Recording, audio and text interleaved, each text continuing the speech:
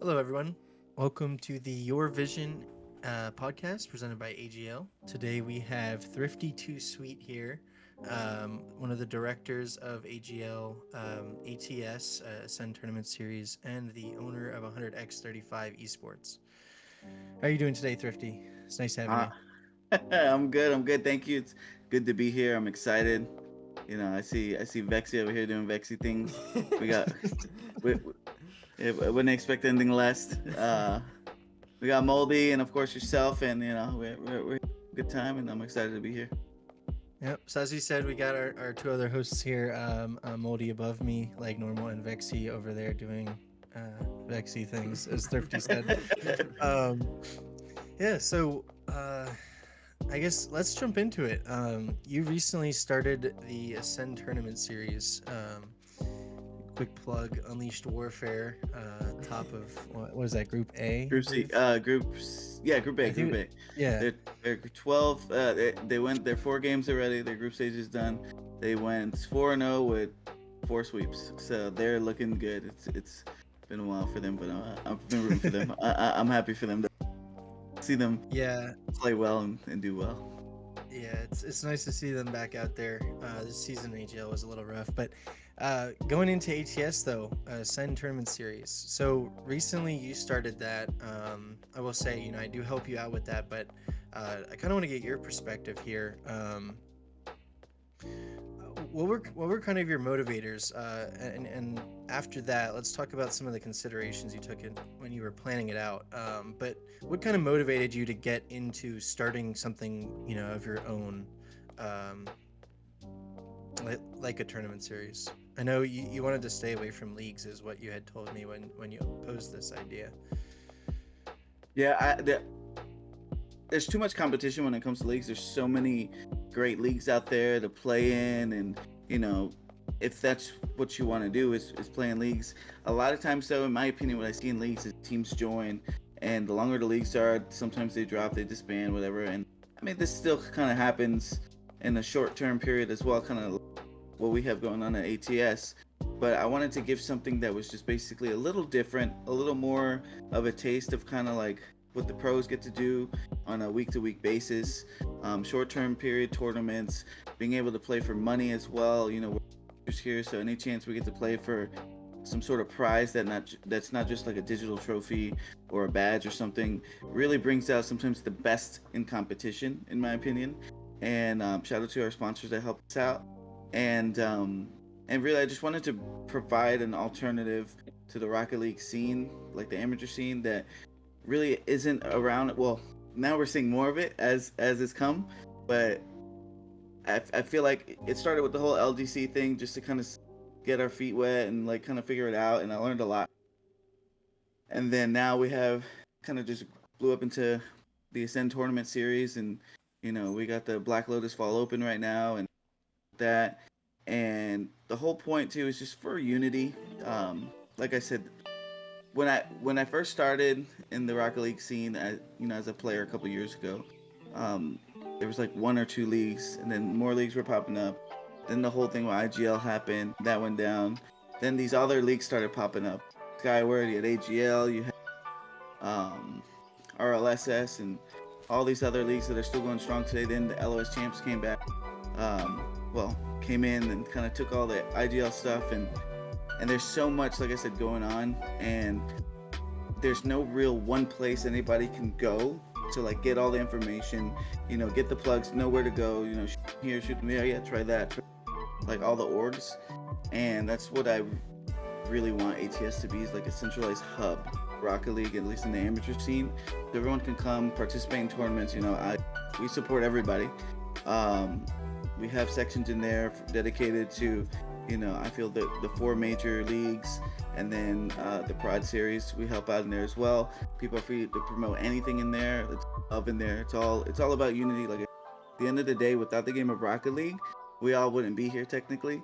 So I want to make sure that this game is going strong, even on the amateur scene, and whoever wants to play gets a chance to play, and whoever wants to compete at this sort of thing gets a chance to compete, and just feel, like I said, what the pros feel, because a lot of us At least like for me, I'm old. I still play the game, but not on a competitive level anymore.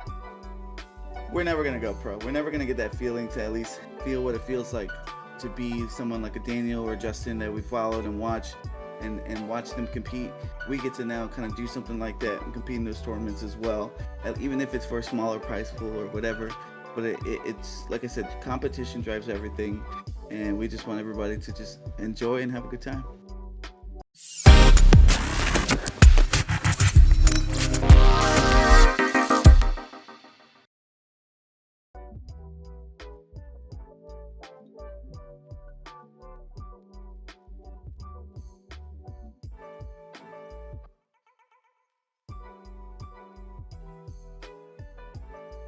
Yeah, and I know, real quick, just to hop off that, you said a big consideration for you was including everybody and making sure that it was a place that everyone knew that they were welcome to share. Um, and I know you were also just mentioning a lot of older people who are not necessarily going to have the time, to spend 40 hours a week on a video game to get to that pro level, still having the ability to compete. And I think of a lot of it too is like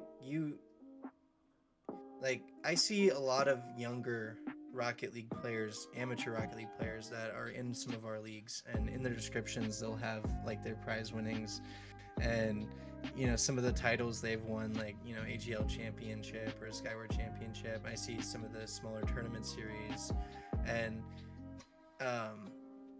like you almost wonder if a lot of people kind of see some of this as like an opening to get to those RLCS platforms, because I mean I can imagine there's plenty of 14-year-olds who are able to compete in these leagues, because that's a lot of the requirements for most leagues, 14, that are just absolutely crazy at this game. And if they can gain some traction, even if it's in an amateur scene, and just pop off, it's cool how you can see such a large range of people that may not necessarily have a community sense, where everyone's talking and having a good time together in that sense. Instead, they're playing on the field and they're competing, and at that point it's like nobody's age really matters, because you're playing a video game, everyone's having fun, you're all competing for your own reason, your own personal motivation to get into it.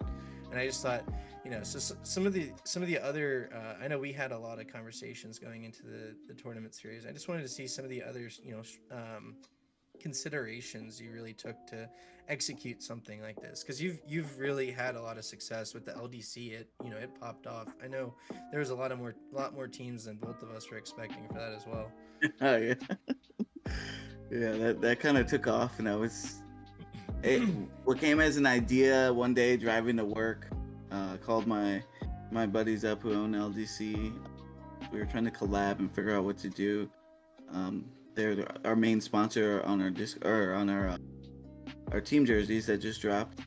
But I was trying to figure out some other way to really like get them involved, get their name out there, and really show not just appreciation for them and what they do in their product, but really make it a collaborative effort where it benefits both sides.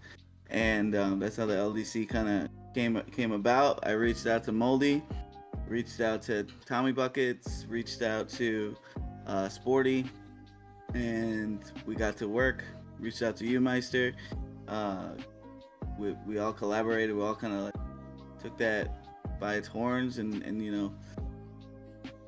the more the word got out, because a lot of it was just me making graphics for team invites and org invites, and they shared the crap out of it, and they self-promoted it for me, and it just kind of blew up. And then all these teams started, orgs were bringing in multiple teams, and before you know, we had almost 50 teams in both cups. Actually, we had, I think, a little over 50. I think it was like 52. I don't remember exactly, but all these teams came in, and then we had a bunch of casters, because it's not a one person job.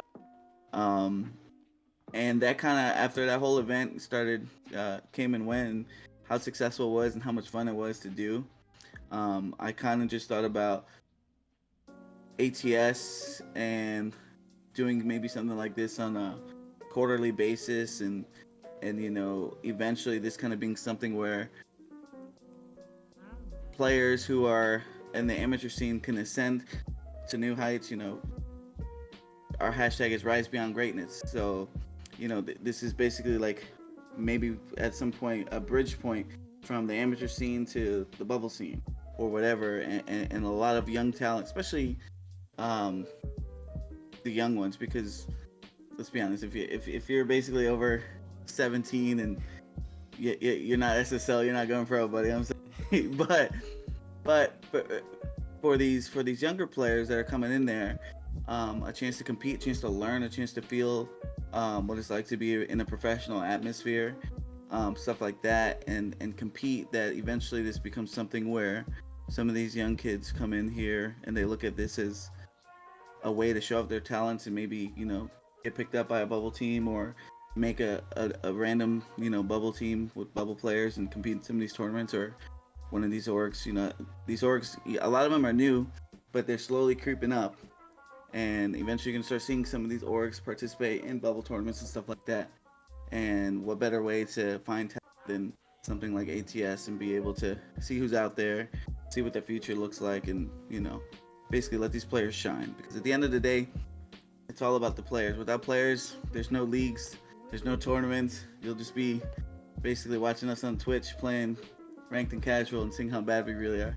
But but at the end of the day, like I said, it's all about them. We just want to showcase their talents. Plenty of talent everywhere in the scene. It's not just the players, but the casters as well. A lot of the hosts, people that run the leagues, a lot of stuff in the background, a lot of people that make graphics. So much that goes into it that people understand to make everything work. And the fact that I get to work with all sorts of people of all sorts of professionalisms and what they love to do, and I just got in touch. I'm gonna do a quick shout out to Cody. If you guys don't know Cody from Ignition, he did our spreadsheet. I hate spreadsheets. Moldy knows how much I hate spreadsheets. I absolutely hate spreadsheets, but I have to use them for this. And I kind of showed him what I had. Wizard at spreadsheets, and he whipped us up a new one, and he's gonna be working with us. And he's a good guy, and I give him shout out to you in our sheets now too, because it's all about promoting everything. We want to promote the casters. We don't have a mainstream ATS channel because we don't want to promote ATS. It's not about ATS. It's about the individual platforms. Sporty's our go-to host. He's one of our directors. He does all the stuff basically through his stream. But we also have help from Cobra. Moldy has casted before. Vexy is, I believe he's casted before for LDC. If not, I'm sure he will one day for ATS. And we got Blue Sabers. All these talented people out there. Like I said, whether it's casting, whether it's participating in the game, running the tournament, there's just so much out there that we just want everybody to basically get their shine. So that's really all it's about. So the one thing you mentioned is, you have like a lot of good experiences with LDC. You pulled in the 52 teams. You had a lot of that, that self promo that was made off of that based on the teams who were interested. So we talked a lot about like the good things that came of it and whatnot, but really getting the LDC event started, what were some of like the challenges that you faced getting into that? I feel like AGL helped me for a lot of whatever I thought was going to happen, being a director and just being comfortable with Moldy and just Meistyr and working with everybody. I wouldn't say there was too many challenges. I had so much support, to be honest. Like, there was just so much support, and it was really awesome because I didn't expect really anything. I went into this thinking it was going to be 16 teams, maybe max, and just have a good time, something small that turned into what it is now. And just the support that I had from everybody, and everybody willing to help and jump in and just do their part. And I don't think there was really too many things. We had a couple of teams that just didn't show up for, I think it was the GC23 Cup for the first day. I guess, I don't know, either they forgot or whatever. They just, I don't know, they just didn't show up. But that was what, three teams or 4 teams out of 28 for that specific cup. So it wasn't that much of a difference, but that was really the only like unfortunate thing we had. All the casters that we were able to reach out to. Again, shout out to Sporty. Sporty knows a lot of people, and he hit up all his caster friends and his plugs and stuff like that, and we got everything booked. And yeah, I mean, it I wouldn't say there was too many challenges, to be honest. Um, it just I felt like I was prepared. I felt like I had a team around me that was prepared for whatever came, and I was gonna roll with the punches regardless of what happened, and it was pretty successful, like you guys know, and I mean, I'm doing it again, obviously. So yeah, I don't know. I think everything ran good, pretty, to be honest. Fair enough. Well, I guess more so going into the LDC event, what were some of like the main things that you considered? You know, you didn't, obviously you just said there weren't really many challenges you faced. So like, what were some of the key considerations or planning that you did to make it such a successful event?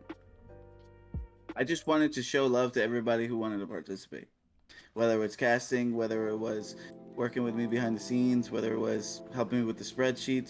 Sporty again, great guy. I had Tommy helping me on that also. Like I just wanted to show appreciation for supporting my little dream of running, and it turned into, like I said, me making the org spotlights that everybody loved, and they just kept sharing, and you know, like I said, they basically promoted the event for me through that, and all I had to do, and that's why I'm very big on like networking and communication and just spreading the love, because you can do something for somebody one day and then they share it or whatever on something even bigger in return for you. So it's really important to, you know, appreciate those around you, appreciate, you know, the people that want to help, appreciate the people and the players that sign up. Just show appreciation, because again, without everybody, none of this is possible, and I wouldn't be able to do this by myself. I guarantee. So I think a big success too, if I can speak on behalf of ATS, going into the LDC and especially ATS, is there's no, like, there's directors and admins, and they help, you know, tickets and making sure people are in the right place at the right time, things like that. But there's not really a team of staff per se. It's really just a collection of people that all have their own talents with one common goal. So, you know, it's not me learning how to cast and, you know, Thrifty learning how to, you know, do my strong suits and I do his strong suits. It's me and him doing our strong suits together. And then we have people like Sporty doing his strong suit together with us. People like Moldy helping us with his strong suits. He has some league experience at running a league. He has casting that he can help us with. And then just really everything kind of just fell into place because people were doing what they were already doing just under the ATS name. And I think the benefit of that is it's giving a lot of publicity to the casters involved.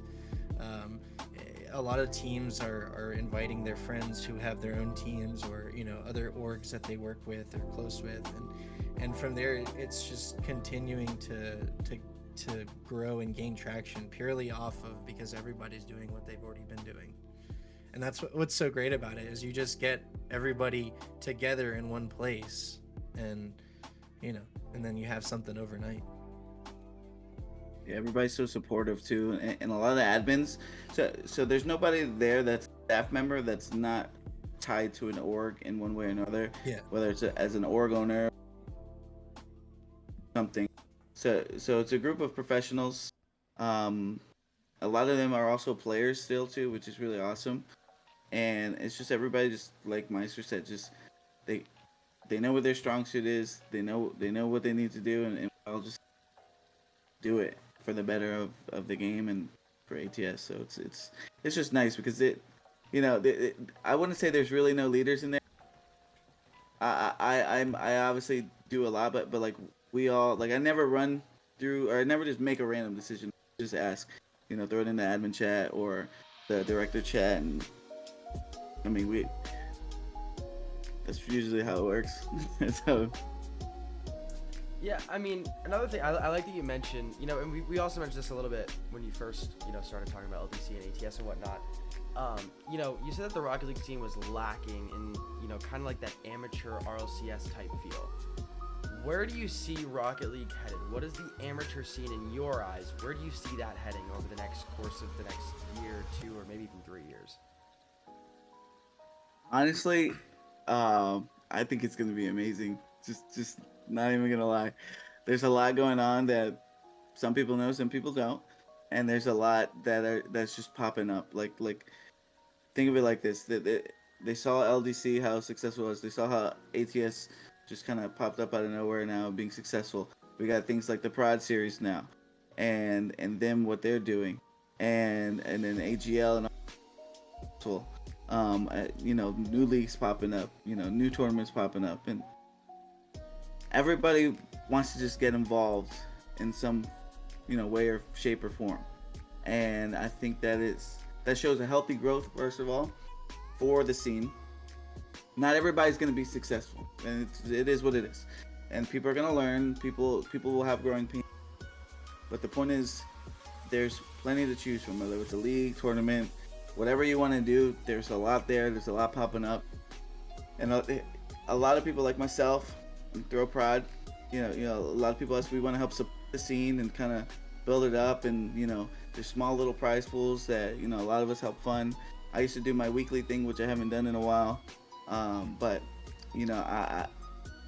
I think it's going to definitely be, at least for the next year, we'll see how long. Rocket League as a game we all know and love, but Psyonix also has to do their part and make sure it's still a good game. And, with the update to UE5, eventually I think they're going to bolster in a new era of Rocket League as well. And with that, as long as the amateur scene is in a good place and strong, especially when that happens, that's even better for, the future of the game in general. So I think it's important. Some people ask me, and I love this question, they're like, why do you do what you do? Or why do you sign up teams? Why do you guys play in leagues? There's no money involved or whatever. Why do you guys just play? There's no point. And I was like, let me ask you something. You ever go to the YMCA and see a rec game going on? Or you ever go into a YMCA and see there's a men's adult? Why are they playing basketball? Because they love the game. They sign up, they pay to sign up, and they pay to play in the league. And they don't win anything but maybe a little trophy that they got from the Dollar Tree. But the point is they're competing because they love to compete. It's all about competition. Competition drives greatness. And it's just like Rocket League. We see the pros, basically every weekend. There's tournaments, they're out there, they're doing their thing. We love the game, we play it ourselves. We want to compete. There's different levels. That's the great thing about Rocket League too, is there's tiering and there's levels. There's a place for everyone to play. And that's literally it. So my answer to that question is, go to your local YMCA, go see. You can see a bunch of men sign up for a men's league, and they play every Tuesday and Sunday, or Tuesday and Thursday, whatever it is. And that's the exact same reason why. So. Yeah, I think that's honestly the best analogy you could probably come up with. I do have to ask. You mentioned the UE5 update. Did they have any sort of release date or anything at all with that? Because I have not seen any developments with that at all. The only thing I know is they pushed back the 2024 Rocket League season till the beginning of next year, or they said early next year. They didn't even give a date.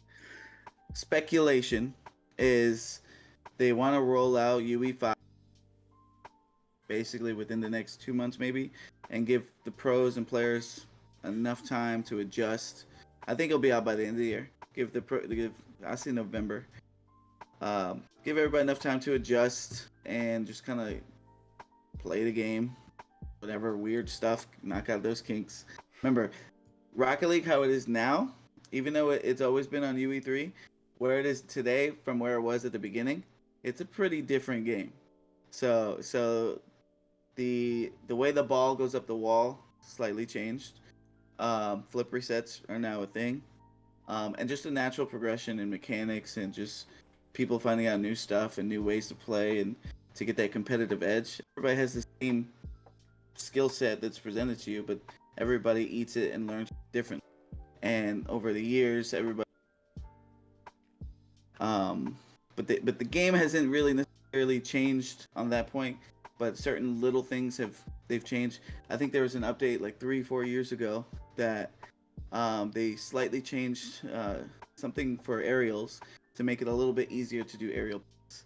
and I forgot what update they came out in the patch, but they are doing little things again. Rocket League, completely different game from what was then. So when UE5 comes out, their main objective is making sure it's still Rocket League, and then of course over time it's going to evolve into whatever we'll be talking about 5 years from now.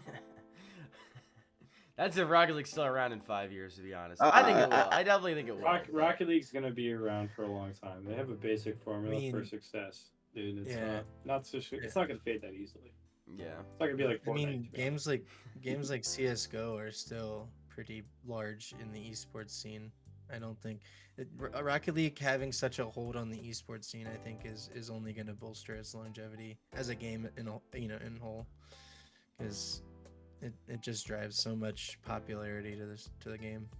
And just like to compare it to like a Fortnite, for example, like Fortnite is very much more complex than Rocket League, right? And Rocket League already has that, as I said, formula for success. So you can't really change the base gameplay of Rocket League. It's two cars hitting a ball into each other's net. I don't know how much more complex or how much more simplistic you can get than that, for one. And comparing it to Fortnite, you can change the gun arc, you can change how buildings used, you can change the POIs, you can really change a lot about that. And I think that's what happened with most of why you don't see its unrealistic numbers anymore, is because they changed the formula so much where people just don't like it. They liked that formula that they had that worked and that everyone liked. So they changed it. I'd say Fortnite's probably on one of its biggest popularity streaks in a long time. Yeah, I agree. Surprisingly enough, I've actually been playing Fortnite recently. This new chapter is definitely the most popular it's been in a long time. I've seen a lot of friends. You see, in a long time. That's the whole point right there. I think one of the other things with with Fortnite though is you're not really, like myself. I play Fortnite, but it's like extremely casual. Like I'll do ranked, but we're like, oh, let's see if we can get to gold. Like, ooh, like we don't care about the rank. We're just having a good time, and it's like, okay, a ranked game mode, it'll give us a little bit of competition. Obviously, we're not trying to dive into it or anything, just because we're older. But you see 15, 16-year-olds that are going to professional Rocket League competitions, and 14-year-olds. But the difference there though is, you're not seeing 25, 30-year-olds in the stands of a Fortnite competition. You're seeing that at Rocket League. Rocket League has become a sport at this point. Yes. Rocket League is as close as it's ever been to becoming a single sport on ESPN that I can watch. And I want that stuff on YouTube TV. So, because I got the premium subscription. So, you know what I'm saying? I'm gonna be watching RLCS on YouTube TV, bro. That would be so funny. I have to ask Thrifty. So you went to the Boston Major. Yep. And Milky talked about a little bit about that on our last. He talked with me about. I think he mentioned it on the podcast about how like he was gonna give you, or you went up to him, said hi, and then just didn't give you a shirt. Whatever. Long story short. Oh, Milky did. Yeah. On Twitter too, and he followed. But we linked up. I got my. Don't worry. I got my merch. But what was that like? We talked a little bit about like the LAN events for like Fortnite and how like you don't see 25. But like, what was the atmosphere like there? Electric. It felt like people were there for a sporting event. First of all, this is my second LAN. Yeah, I went to Worlds last year, and then I went to Boston. I don't know how to explain it. It's a unique experience. The players are just walking around.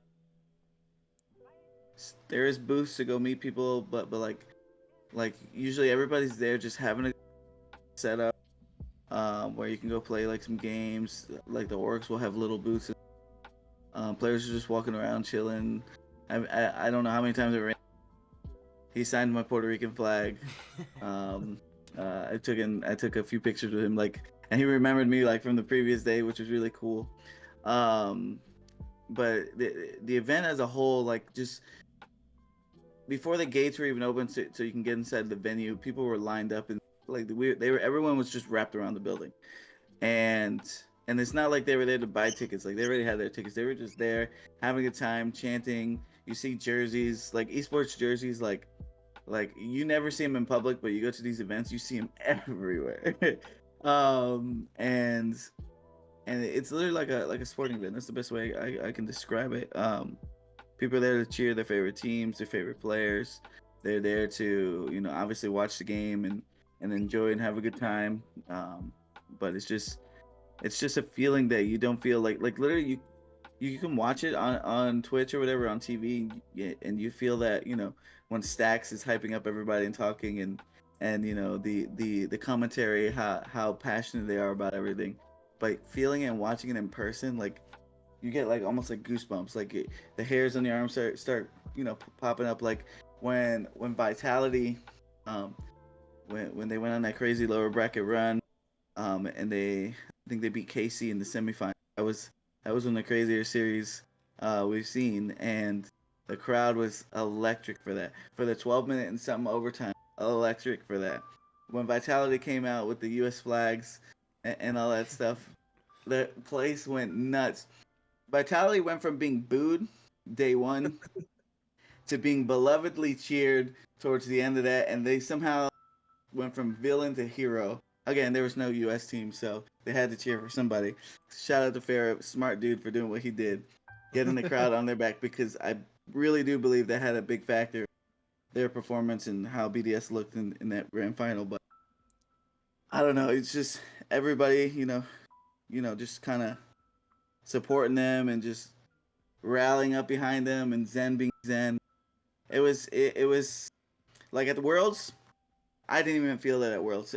Only when Yan hit that shot to beat Moist, that was probably the most craziest thing I've ever seen. People were throwing stuff, drinks flying everywhere. Like it was crazy. It was crazy. It was literally like someone won like a World when that happened. But this was something epic as well, because everyone was just cheering them on, and Vitality was NA for at least 2 hours. So.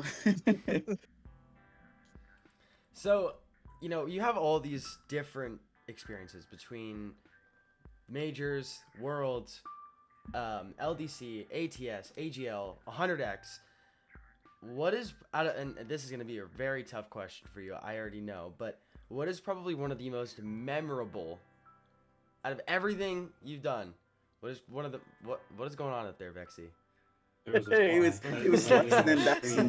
I just hear but what is probably one of the most memorable what is one of like the most memorable moments in this whole thing? Everything. Just if you had to pick from, like, what is one Let's thing say your that Rocket League really career. stands Honestly, out? one of my proudest moments, and I talk about this all the time, is somehow C3GC1 last season, 4 of my teams ended up in the semifinal. We just completely swept the thing. That was honestly my most proudest moment. It was just something I don't think we'll ever see again. Like, I didn't even like expect it. Like, I kind of did, but like, I think it was possible, and we made it happen. That was amazing. That was a great season. Plus, like, the white team that eventually won, I basically, I mean, I built all those teams, but like, that was the team I was originally on. And watching them, you know, I was still technically a sub, so I'm technically a champion. Gonna do that. But no, that is probably my proudest moment, because at the end of all of this, and I tell this to everybody, I'm a org owner first. Okay, I care about my brand so much. I care about 100X. They're my family. I care about, you know, my partners, my players, my teammates. Everything about 100X is literally like, that's easily what the most like reflective of what I am as a person. Like, 100X embodies who I am, and all these other things that get involved with, I love and I'm passionate about, but 100X is my baby. And when that happened, it was just like, you don't understand, because I know the passion and the work that all those players put in, and to watch that happen and just like, crap, we actually did that. And then being able to cast at grand finals, even though you couldn't with me, unfortunately. And I hate casting when first of all, I hate casting when my teams play, because I get too like emotionally attached, and like I get nervous and quiet. Flashback to the 100X red, white, and blue versus Orion game. Orion, that was crazy, because like I lost it. But just knowing that, and like I was the coach for blue team, I was technically the sub for white team, you know, gold team, to get to where they got to after what they had to go through mid-season with the player change there, and how that was toxic, and somehow it made the team better on it. And purple team was something. But purple team never lacked confidence, and they, for all four of them to make it. And then we also had, you know, GC2, GC3, two teams in the semifinals as well. But this was different because this was all four teams, and just watching them get to that point was just amazing. And being able to show like the little screenshot that I have on my phone, kind of a little flex at this point, but no, that was literally like, that was probably my most proudest favorite moment, I would have to say. Like, and it has nothing to do with my individual success. It's literally watching that as the teams and the players, and just knowing how much it meant to them, and it was just amazing. Not to be that guy right now, your team is getting fiercely double tapped on 3-1 in the Skyward Series finals right now that I have my side monitor. Wow, he really right now is he up, really down 3-1 did that in game number 1. That's game one. That's game one. Dude, you guys got fiercely double tapped on that. I wanted to say that for like the past 3 minutes. I was like, damn. That okay team is actually pretty solid. All those 8 teams that are playing today are really solid. So You got 2 teams in that bracket. I do. One on the first overall seed, and I think You got 7 or 2. No. Technically there was 5. So the first overall, first No, overall they're and on the 6th opposite overall. side. That's not right. First overall and 6th overall, something like that. Fair enough. Not bad. So Well, okay, Thrifty. So you go. I mean, we've already heard everything you're involved in. How do you manage all of that? Not just like actually managing it, but especially the mental factor. Like, how do you mentally handle everything? I mean, before we even got here, that just gets like, tells you I do a lot. Yes. It's weird because like I love what I do, so like it's just natural. I don't know. I have my ups, I have my downs for sure. Depending on how the teams do is usually how my mood is. but no. In all seriousness, it is a lot, and I do get tired. Contrary to belief, I do get tired, Moldy. It is a lot of work. I'm a little tired right now, but I don't know. I guess there's a certain dedication you need to have, and you need to love it first of all before anything. If you don't love it, if you're not having it, it's not fun for you. Don't even bother, because especially with us, with all the teams and players, if I didn't love what I did and I wasn't dedicated, I'd be letting, and I can't do that, and I don't know. I grind. I grind mentally with it. This kind of took focus, and the more things I'm involved in, the less I can actually play the game. And I realized how much I don't play the game when less than 200 games played last season, and I could barely hang in the progression of the game over the past years. But I don't know, man. I the good thing is I have a schedule that's kind of consistent. So it's kind of like intuition at this point. I wake up, check my Discord, I know what to do, whatever. I'm very fortunate to have a job where I can sit down. I have a desk. You've seen all the monitors on my desk, all the computers and phones. All that stuff has been a blessing, because if I wasn't able to have that sort of job, there's probably not a chance I'd be this at all. Because it just takes too much dedication, too much time to just be involved in. And my favorite part about it all, it isn't running these tournaments. It isn't, doing any of this extra stuff, casting, hosting the events.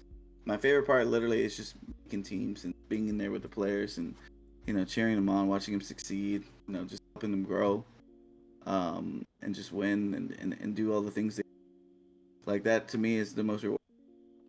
So like, even if I didn't do anything, I would have the 100x stuff, because like that's what's most important to me, is just being able to give to these players that dedicate their time and energy to and their 100x35 esports, and help build and spread our culture and all that stuff. So that's kind of what drives me. So even though I get tired, even though I get upset, whatever the case may be, I just know I'm doing it for them. So I just, If your passion is built around 100x35, and you spent a lot of your time in that, but I want to know really how that all started. How did that 100x35 become 100x35? so Fobs is the other owner with me, who is basically my partner. He literally like my neighbor, lives 20 minutes down the street. Um, we used to be on the team for another org. Before that, I was on another team, but we ran into each other in ranked. Um, I carried him basically, and he's like, "Yo, we got." And at first, I was like, because I played in IGL with some guys called SRSE. I don't know if you're familiar with them. Vexy, you've been around for a while, so you might know them. And Wait, who? Fabs? no, me, SRSE. So I used to Oh, play. SRC. Yeah, for in IGL and Yeah, I think I know what you're talking about. Senior Series Esports or Senior Esports, whatever. Yeah, I know what you're talking about. So I used to play with them, but I ran into Fobs and Jamal, who's still around too, in ranked, and we played for like an hour together. Like we queued up afterwards. Asked me to party, like sure, and I was somehow playing in Diamond 3 at the time, but I didn't play much threes. I don't even know why I was queuing rank threes. That's crazy. And I was solo queuing rank threes and ran into we started playing on a team for another org that's not around anymore. And after, well, our basically team kind of got this weird like cult following or something like that, and we were all like a bunch of Puerto Ricans, and everyone that played on the team was from either the island of Puerto Rico or from New York, like myself. And we were trying to figure out a name for our team, because at the time we were going by Sky Blue, and we were thinking, and I think it was Fobs who said, "Let's do 100 by 35," which is actually the right way to say the name. Just so you guys know, there's technically no, you don't say the X. So 100 by 35 esports, and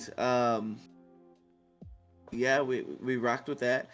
If you guys don't know what that means, that is technically the size of the island of Puerto Rico. So it's 100 miles by 35 miles length and width, and that's just kind of what we stuck with. We've been through a couple different logos, came a long way. I've made all the logos, and you can kind of see my progression if you look at all the logos. And yeah, so that team was pretty successful. We had a string of 3 straight top 4 finishes in all these different leagues we were playing in. We were playing in a league called Rocket League Switch Series, which was RLSS, but before RLSS, it had nothing to do with RLSS, but that's what it was called. We were in IGL, and we were in Skill Esports. They had a league, I don't know, and top 4 every freaking time. Crazy, heartbreaking. And the IGL, we were like undefeated till the semifinal game, which whatever. Anyway, and after that happened, losing in the semifinals to IGL, we realized where the direction of that org that we were, and we wanted to do our own thing. Really, 100 by 35 esports was supposed to be a community. It had nothing to do with being an org. We launched that September 13th last year. We just had our 1 year. And we launched as a community. We had a lot of networked friends that we had, and we kind of invited everybody. And within a day, we had like, I don't know, close to like 40 members. And a lot of them brought their friends, and then we just started playing Rocket League. And I signed us up for IGL as a franchise. I was excited. I was like, hell yeah. And then literally that same week, they announced they were ceasing operations. So I had to figure out, man, what the heck am I going to do? Because now I have all these teams that I was going to sign. At this point, I only had 3. My team, it was what used to be called Blue Team, which is now and Red, White, and Blue. And I'm like, I need something. I don't know what to do. And in that IGL, everybody was asking questions, whatever. And then here sends me a DM. He's like, hey, I'm starting up this new league. Would you guys want to join? I don't even think I responded at first. I was just like, because I was trying to figure out what to do. I was looking at ELCS. There was another league. And I was like, crap. And then so I asked, like that was a dark day. I was very, like that could have easily been the end of. I would have been like, you know what? And then the league went under. But again, that's what I said. All these little leagues started popping up. Skyward had just started their season 0, so I didn't make the deadline for that. But Moldy hit me up, and I was like, all right, I guess I'm in. And started gaining traction. All these org owners in there, all these people that are no longer with crazy people. And yeah, so thank you, Vexy, for that. And and yeah, so we signed up for that. AGL got with LOS and launched that through LOS. So that was kind of a new thing too. That was exciting because one of the main attractions, being able to like have a franchise page and like have everything together, like, and it's just easier to manage that. And so we did that. We signed up with them. I was part of your caster group. I think I was head of casters at the time. How that happened, but I became head of casters. And we casted a couple of preseason tournaments, the Knights of the Spirits or whatever it was called. Is that correct? Is that name right? Yep. Okay. Yep. Shout out to the Knights. Bro, long time, bro. Long time. And then so we did that. It was basically Moldy, Papa Outlaw, shout out to Outlaw, and myself. And yeah, so it was like, all right, cool. We got a foundation. We got to play. I ended up getting another team, and then we made our infamous Azul team. Infamous being I don't think they ever won a game. At least in AGL, that wasn't a forfeit. But anyway, but yeah, so I signed up the teams. I had 5 teams now. I had red, white, blue. Then I had RWB, which stood for red, white, and blue. And then I had Azul. We technically had a Blanco 1 too, but we never got filled. So that was kind of where it started, and AGL was our first like premier destination, and obviously season 1 was fun. The winter circuit, all the memories with red, white, and blue. White team going undefeated in the season. Same thing with blue team, and then I was on white team at the time, and we got first rounded by Unleashed Warfare as the 16 seed. Or no, they were the 15 seed. We were the second seed. And again, that tells you how long they've come to, and the fact that they're 4-0 right now at ATS and swept everybody. Like, they're going strong. Same roster too, I believe. Yep. See, it's important to like keep these rosters. A lot of people and players and teams, they get upset over one loss and they want to go play somewhere else. We were in the process of a roster change for them mid AGL season this season, and then they're just like, yeah, never mind. We're gonna keep running it. I'm like, okay, man. Hey, listen, like, we're gonna bring on this sub though, and I'm like, all right, you got a sub, you got your roster, you're ready to go.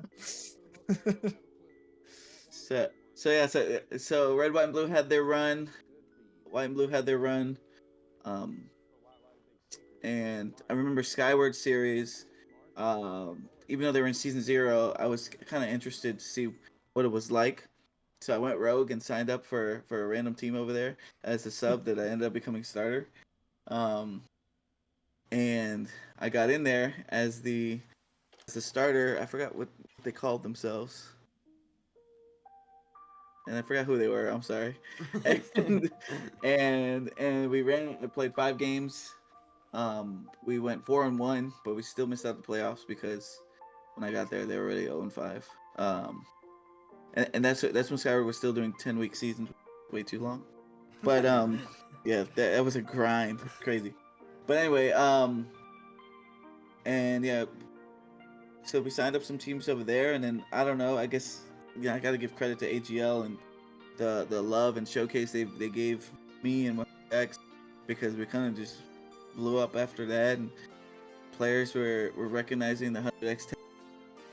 Like I still have it. Like I was playing ranked the other day, and some random guy said, "Hey, Thrifty," I was like, I'm trying to remember who it is, and I was like, I think it was a Swordfish player.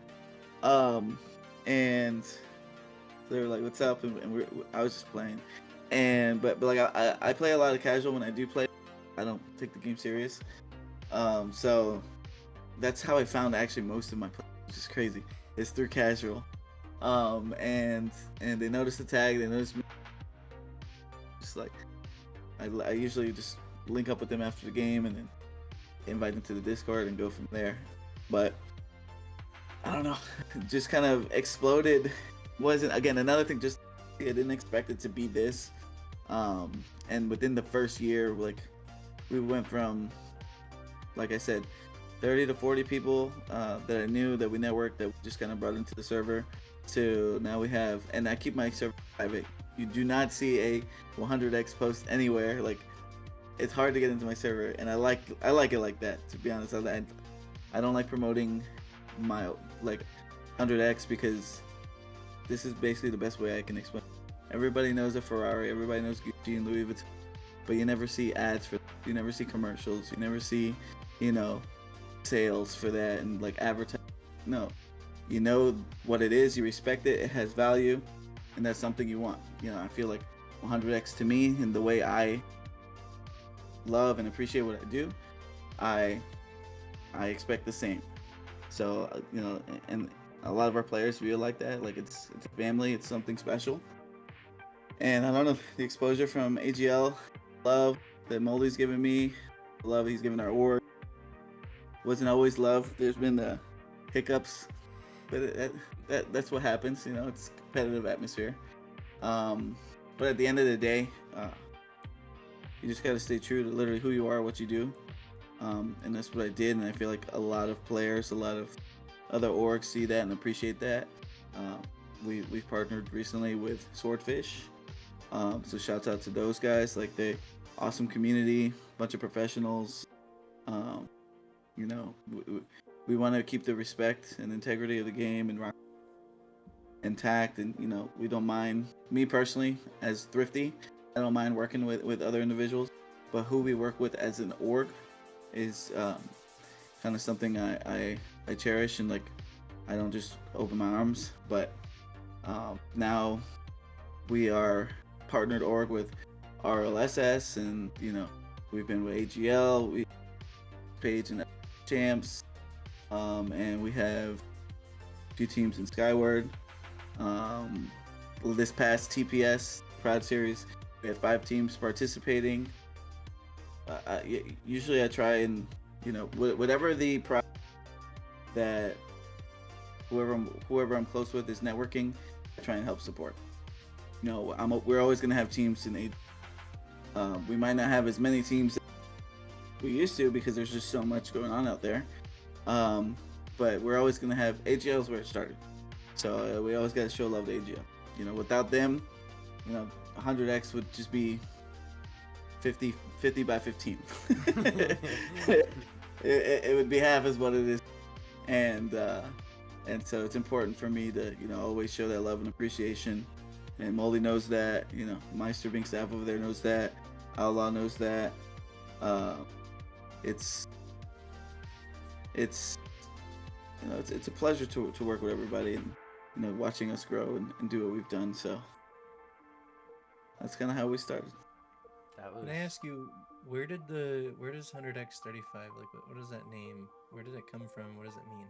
You just explained that. Like Where were you, Meistyr? no, like It's the dimensions of Puerto Rico, Yeah, bro. it's Yeah, Dimensions of yeah. Puerto Rico. So Puerto Rico is 100 miles by 35 miles. So the originators of 100x are of Puerto Rican descent, whether they were born there or their parents were born there, like my parents. We've all come from the same little island, 100 by,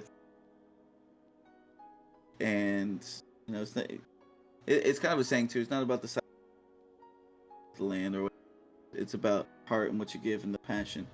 And I feel like 100x esports really exemplify culture, and we love to have fun. We're passionate. We just have a good time. We generally have good teams, and we just are who we are. We literally are 100x. So Fair enough. I may have missed that because I did not hear a lot of his sentences. Fair enough. Well, Thrifty, a lot. I mean, as time's winding down here, one question I love to ask everybody: what is your, if you had to give any advice to anybody who's looking to, join in the competitive amateur Rocket League scene, what is the first thing you're gonna say to them? What is your best piece of advice? as a player or as what? I would say as a player. Okay, if you're coming in as a player, a lot of time everything seems overwhelming, especially as a new player. With new leagues, I can guarantee you LOS looks crazy and probably one of the most daunting things to try and handle. Or just getting connected. But honestly, if you coming in as a player and you want to play, teams will find you, players will find you. You can advertise yourself. You can join the leagues. You can join their servers. You can look on there. Hopefully, eventually, you can go into the ATS server, see all the little league outlets. Pick and choose what you have there and play in. And just don't be afraid. Like I know there's a lot of social anxiety out there in the world, and just don't be afraid to be yourself. Just have fun, play the game. At the end of the day, it's a video game. Just enjoy it. So if you want to compete, great, compete, and just understand there's a lot of other people out there that are gonna too. So just have a good time. Honestly, at the end of the day, have a good time. Love the game you play. I love Rocket League still to this day. Even when I play, I get excited. Even though I'm not a player anymore, I still get excited to come home. Usually at 12 a.m. and play for an hour or two before I go to bed, and just enjoy it. I mean, at the end of the day, who knows? The game might not be here 5 years from now, and even though we all hope that's not the case, and I don't think it is, but you never know. So just have fun, play the game. Honestly, orcs are a good route to go because they help you and guide you in the direction. I know a lot of times players are hesitant to join orcs. I don't think that's as much of the case anymore, because there's so much now as far as orcs go. But we're here generally to help, whether you're a new player or a seasoned vet. We're generally going to help you get to the direction or place you want to be. Some orcs do a great job. Some orcs are still learning. I don't think any orc does a bad job, because they wouldn't be around. That's basically all I gotta say on that. And just, play the game, man. Play the game. That's honestly, that is probably like the one thing that I see the most is, and I know even myself as, a player when I first started back in, I mean, it's not that long ago. It was only like 4 years ago, I think, when I first got into it. That was like, and I mean, I was younger, of course. But the big thing, like, it was like I was always afraid just to like reach out to people and try and join a team. It was just like the fear factor. But I definitely love that. I love how you say just don't be afraid. Just go after it, do it, whatever else. But Thrifty, do you have any other last shout outs or anything you want to give? You're probably going to have a lot. Honestly, I feel like I've shouted out everybody already, but if I didn't, I apologize. Shout out to Fob, shout out to 100X, shout out to all the players, shout out to AGL and all the staff, shout out to the new staff and whoever replaces me and whatever happens. This is, I guess we should announce it, like my final season as a director in AGL. It's tough saying that, but my hands are tied with so much stuff. I don't want to not be able to give AGL 100% of what I can, knowing I have so many things I'm involved with. With that being said, again, shout out to Outlaw, shout out to Prod, shout out to Meistyr, shout out to Moldy, shout out to all the mods over there and the admins. Again, I don't know. I could shout, and we'll be here forever. but I'm just gonna put it like this. Shout out to the game of Rocket League. I love that game. We all do. That's why we're here. Let's continue grinding. Let's continue getting better. Let's continue just, as the scene grows, love and support each other. Competition's great, whether it's on the pitch or, seeing what other leagues are doing and trying to better them, because honestly, competition sharpens iron. And it's a good thing to have competition, especially leagues, especially for the players. Again, like that's why ATS, we want to show love to everybody, because there's love out there to be given. So again, just enjoy the game, enjoy this moment. It's not guaranteed to last. Who knows? Maybe ATS one day just we can't do it no more. Maybe AGL or these other leagues do it anymore. And we've seen it with IGL, we've seen it with other leagues and things happen, things get in the way, life is life. So cherish what you have in front of you, including these leagues, including your teammates, including the orgs that you represent, because nothing's guaranteed, especially in the world of esports. We've seen, especially on the professional level, kind of the direction it's gone recently with paying stuff and paying players, and we don't pay anything over here for amateur. We make what we make through our little sponsors and whatever, and we spread the love to our players and all these other competitions. So, cherish that, understand, professional, be respectful. Another thing, please be respectful. There's a lot of kids in this game. So respect is a big thing. Be respectful to everybody. I don't know, man. Have a good time, enjoy it. And like I said, it's not a guarantee that this game will be here even a year from now. Anything can happen. So if you're involved right now, cherish it. Cherish your teammates, your admins, whatever you're involved in. Cherish those people, because that's literally your backbone. That's your support. Whether you're a player, whether you're an org owner, league owner, whatever it is, don't forget to thank your support and everyone else has helped you get to where you are. Those little communications and networking have throughout your journey, it'll benefit you in the end. Just you gotta spread that love. That's really all I can say. All right. Well, with that being said, ladies and gentlemen, that's going to do it for this episode. This is episode 5 now, I believe. I do have to real quick say our apologies for not uploading an episode last week. There was a lot that happened. Can we Not show even the gonna photo get of into you? Can we show the photo of you at post-surgery, please? Maybe I'll post it on the Twitter. But, ladies and gentlemen, that's going to do it for this episode. Thrifty, thank you for joining us. But with that being said, everybody, stay safe, stay healthy, stay positive, and we will see you all in the next episode next week. Peace. Peace. Peace.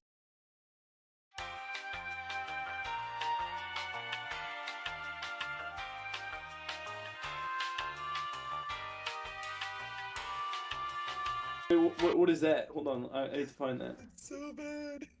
Hold on. Oh no, oh no. Yeah, I'm about to Oh, wait, hold on.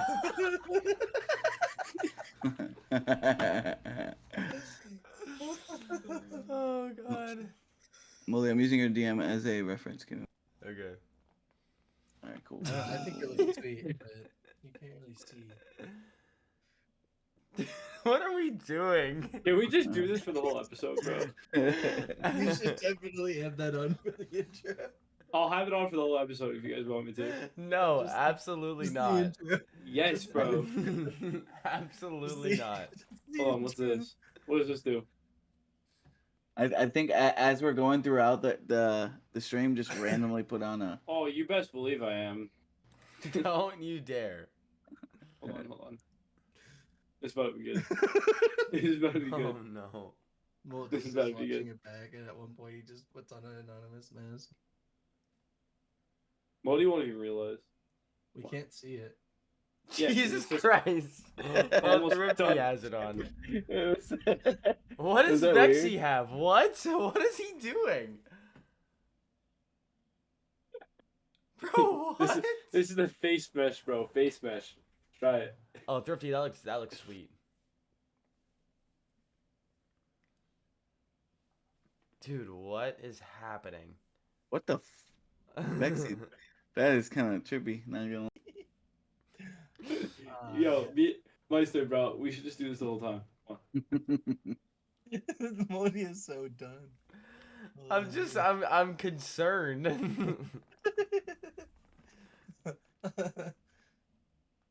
I think I'm sticking with this.